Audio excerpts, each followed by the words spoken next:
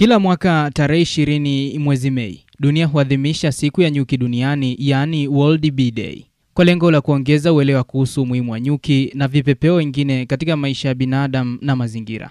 Maadhimisho haya yamepewa uzito mkubwa kimataifa kutokana na nafasi ya kipekee ya nyuki katika kuhakikisha usalama wa chakula, bioanuwai na maendeleo endelevu. Siku ya nyuki duniani ilianzishwa rasmi na Umoja wa Mataifa mwaka 2017 kwa pendekezo la Slovenia, taifa lenye historia ndefu ya ufugaji wa nyuki. Nyuki ni viumbe wadogo lakini wenye mchango mkubwa kwa maisha ya binadamu. Nyuki huchavusha karibu 75% ya mazao yanayolimwa kwa ajili ya chakula duniani, ikiwa ni pamoja na matunda, mboga na mbegu za mafuta. Usalama wa chakula. Bila nyuki, uzalishaji wa chakula hupungua kwa kiasi kikubwa, hali inayoweza kuathiri upatikanaji wa lishe bora.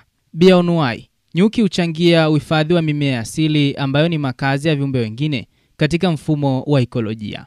Maendeleo ya uchumi. Ufugaji wa nyuki hutoa ajira na kipato kwa watu wengi, hasa katika jamii za vijijini.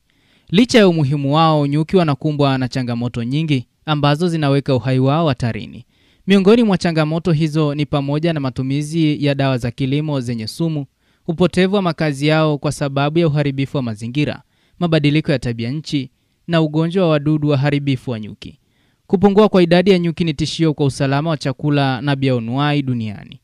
Siku ya nyuki duniani ni fursa ya kutafakari mchango mkubwa wa viumbe hawa wadogo kwa maisha ya binadamu na mazingira. Ni wakati wa kuchukua hatua za pamoja kuhakikisha kuwa nyuki wanalindwa kwa faida ya kizazi cha sasa na kizazi kijacho. Kwa pamoja tunaweza kuokoa nyuki, kuimarisha usalama wa chakula na kulinda maisha duniani.